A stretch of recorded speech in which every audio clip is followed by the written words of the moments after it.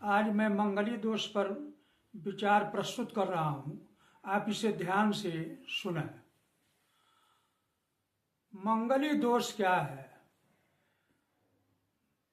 7 ग्रह होते हैं जिनमें बृहस्पति, शुक्र और बुध को शुभ ग्रह माना गया है। मंगल और शनि को पाप ग्रह माना गया है।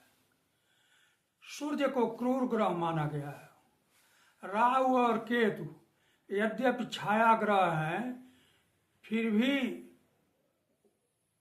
वो भी पाप ग्रह में ही जो है उनकी गिनती है। अब यहाँ मंगली शब्द है, यह जनता में इसका बहुत भय व्याप्त है कि मंगली सुन करके लोग घबराने लगते हैं, अभिभावक लोग परेशान हो जाते हैं। मैं उसका अपने विवेक से समाधान कर रहा हूँ। यदि जनता का इससे कुछ कल्याण हुआ तो मेरे आत्मा को शांति मिलेगी। पापक ग्रहों में मंगल का नाम क्यों लिया गया? अब यहाँ आप ध्यान दें कि स्त्रियों में कामेच्छा को मंगल शासित करता है और पुरुषों में कामेच्छा को शुक्र शासित करता है। तो शनि जो है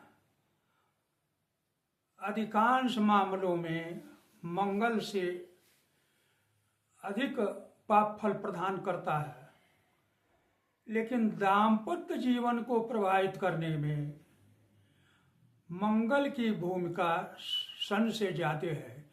इसीलिए वो उपलक्षण ज्योतिष शास्त्र में मंगल से दिया जाता है। मंगली उसको कहते हैं, मंगली कुंडली है। हालांकि मंगल के समान ही शनि भी हैं, राहु भी हैं, केतु भी हैं, और सूर्य को मैं इसलिए क्रम में नहीं रख रहा हूं कि सूर्य को अधिकांश विद्वान पापग्रह न करके क्रूर ग्रह कहते हैं। आप यह समझें कि लग्न चक्र में लग्नांग जिसको कहते हैं, उसमें ऊपर जो स्थान होता है वह लग्न होता है और उसकी राशि होती है, वहीं से गणना प्रारंभ होती है। तो लग्न में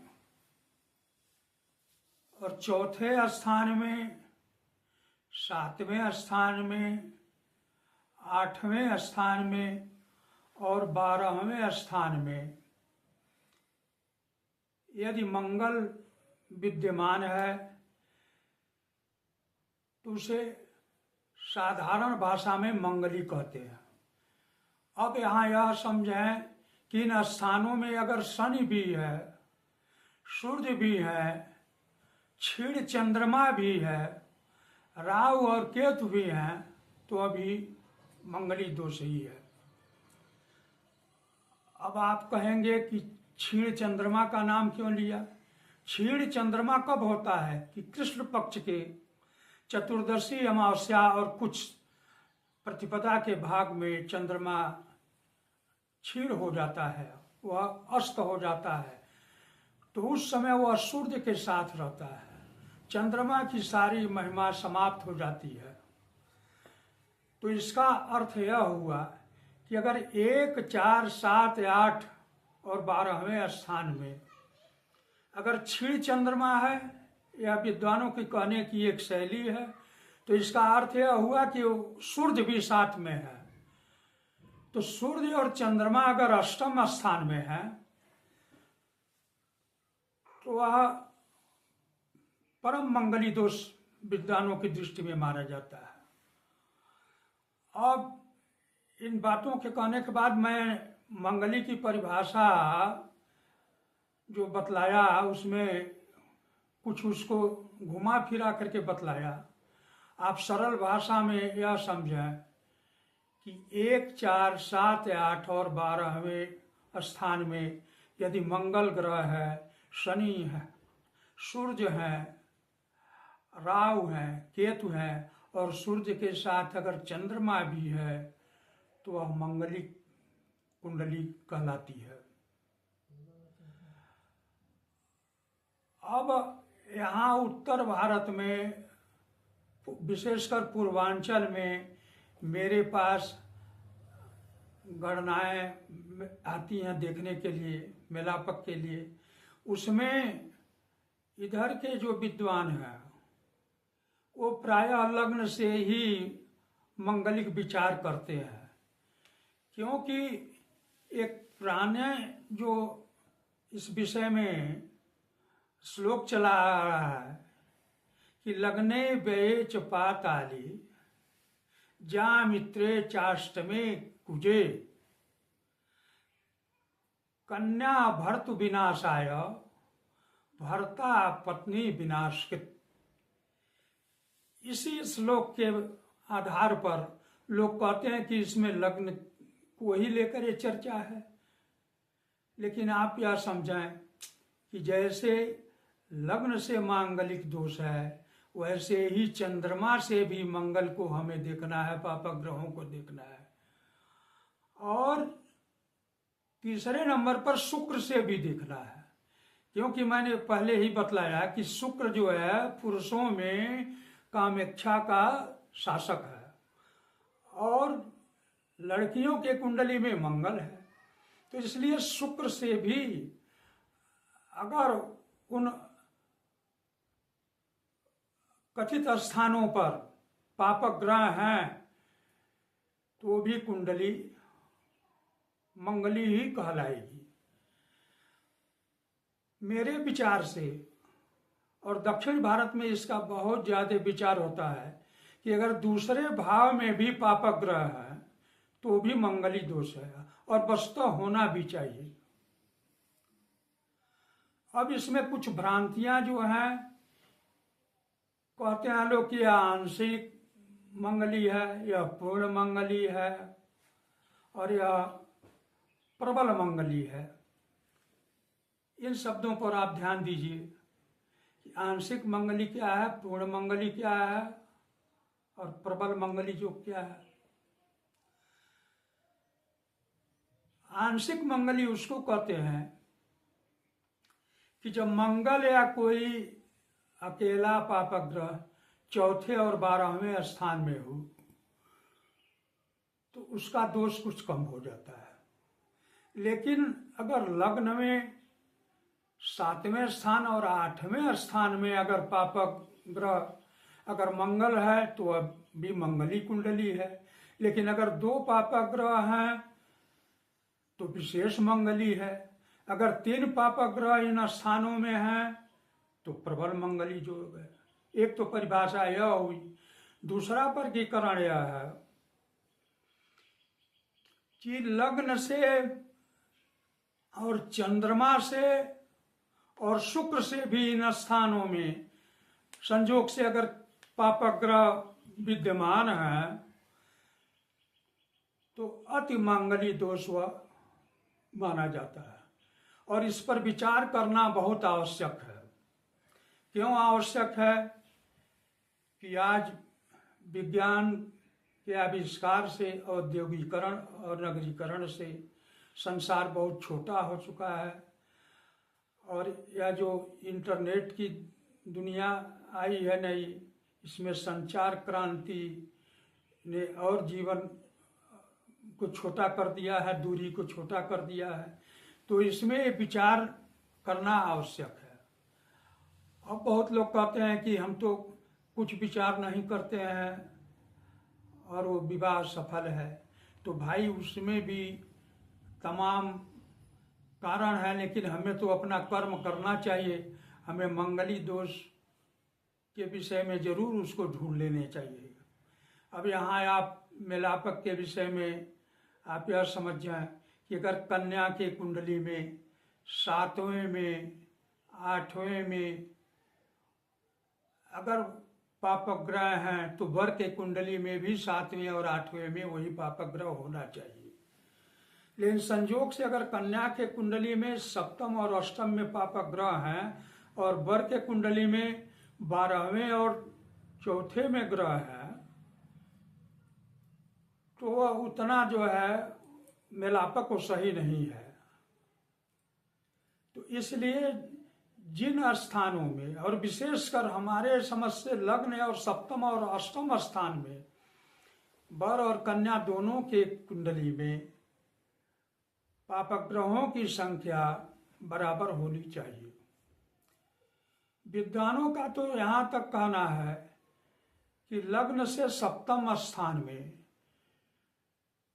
शनि की राशि या नवांश या त्रिशांश या मंगल की राशि और नवांश और त्रिशांश विद्यमान हो और पापक ग्रह की दृष्टि हो तो अभी प्रबल मंगली दोष है।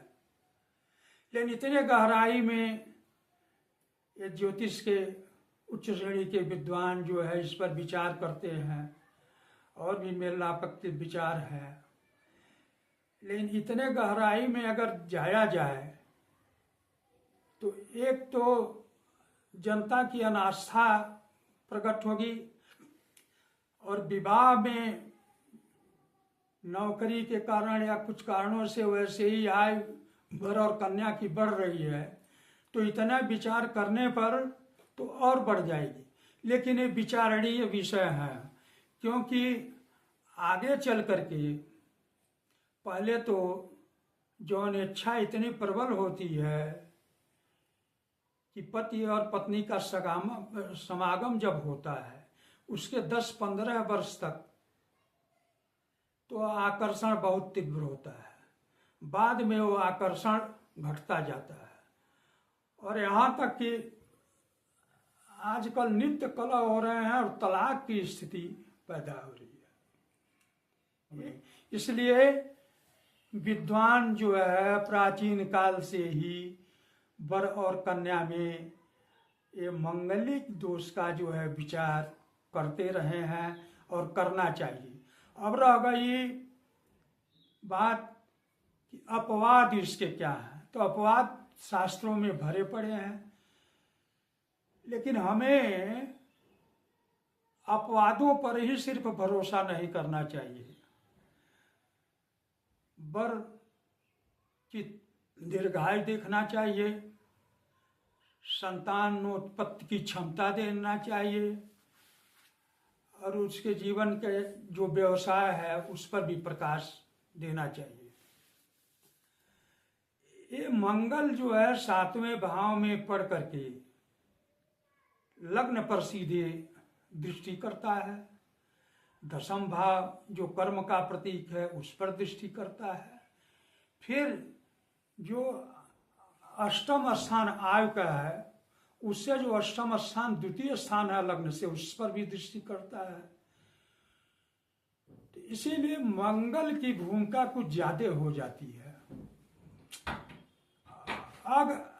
अगर मंगल के साथ सूर्य आ गए, शनि आ गए तो आग में घी जलने का काम हो जाता है। मैं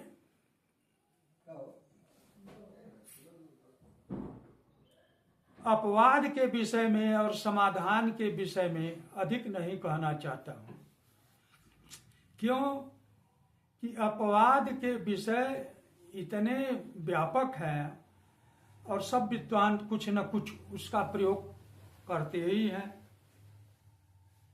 इसलिए प्रत्येक माता पिता का, प्रत्येक स्त्री पुरुष का, प्रत्येक वर वधू का यह कर्तव्य है कि वह निसंकोच विवाह का जब समय आवे तो किसी योग्य ज्योतिर्विद से मिल करके जरूर समाधान इसका कर ले। अब बहुत लोग ऐसे होते हैं कि विवाह तय कर लेते हैं और उसके बाद गणना दिखाने आते हैं, ऐसे भी हमारे सामने बात, तो यह बिल्कुल गलत है। बहुत से लोग ऐसे हैं कि लड़की की कुंडली होती है, वर की कुंडली नहीं होती है, वो कहते हैं कि जरा मांगलिक विचार कन्या का कर लीजिए, अब बतलाइए यह क्या तुक है। जब वर की कुंडली नहीं है तो कैसे हम विचार करेंगे। वैसे ही अगर वर की कुंडली है कन्या की नहीं है तो यह भी मूर्खता है। इसलिए दोनों की जब कुंडली हो, दोनों का टिप्पण हो, तभी हमसे जो है ये मांगलिक दोष का विचार करें। पुकार नाम से अगर विचार करना है तो उतनी गहराई में हम कैसे जा सकते हैं। हम नवांश कैसे निकालेंगे, हम त्रिशांश कैसे निकालेंगे। प्राचीन ग्रंथकारों ने त्रिशांश प्रकरण में स्त्री के ही कुंडली पर ज्यादा जो है वर्णन किया है और जोर दिया है। कारण यह है कि मैं पहले बतला चुका हूं कि स्त्री का क्या महत्व है। वह जो है पुरुष को देवतुल्य बना सकती है, और अगर वह उच्छृंखल हो गई तो अपने भी नष्ट होगी, कुल को भी नष्ट करेगी और पुरुष का भी पतन करेगी। इसलिए मैं सबसे जनता जनार्दन से प्रार्थना कर रहा हूँ कि मैंने जो कुछ कहा है इस बात पर ध्यान दे करके वर और कन्या का मांगलिक दोष जरूर विचार करें। और कुछ विद्वान तो कहते हैं कि लग्न की अपेक्षा चंद्रमा से ज्यादा जोड़ देना चाहिए, क्योंकि चंद्रमा मन का प्रतीक है और चंद्रमा से अधिक हमारे विचार से तो कहीं शुक्र से जोड़ देना चाहिए। लेकिन अब हम क्या करें, शुक्र से अगर हम कहना शुरू कर दें तो लोग उपहास करना शुरू कर देंगे। लेकिन कम से कम लग्न और चंद्रमा से जरूर विचार कर लेना चाहिए। अगर लग्न और चंद्रमा से पापग्रह ज्यादा संख्या में लग्न में 7वें और 8वें स्थान में हो तो प्रबल मंगलिक मानना चाहिए। और रूस कन्या का विवाह जो है विष्णु प्रतिमा, अश्वत्थ या कुंभ विवाह करा करके विवाह करना कल्याणकारी है। अगर इसमें माता पिता समर्थ नहीं है और विवाह हो चुका है तो कन्या को चाहिए, वर को चाहिए कि वो मंगलवार के दिन, शुक्रवार के दिन नमक का कम प्रयोग करें। मैं अपने तरफ से अनुभव की ये बात बतला रहा हूँ और तमाम लोगों को बतला चुका हूँ। मैं यह नहीं कह रहा हूँ कि सब लोग व्रत करें मंगल और शुक्र का, लेकिन यह तो लोग कर ही सकते हैं कि जो जितना हम नमक नित्य ग्रहण करते हैं उसका 1/4 या आधा कर दें तो जो उच्छृंखलता दोष है वो बहुत सीमा तक कम हो जाएगी। अब मैं यही कह करके अपनी वाणी को विराम दे रहा हूँ। सर्वे भवन्तु सुखिनः, सर्वे सन्तु निरामयाः।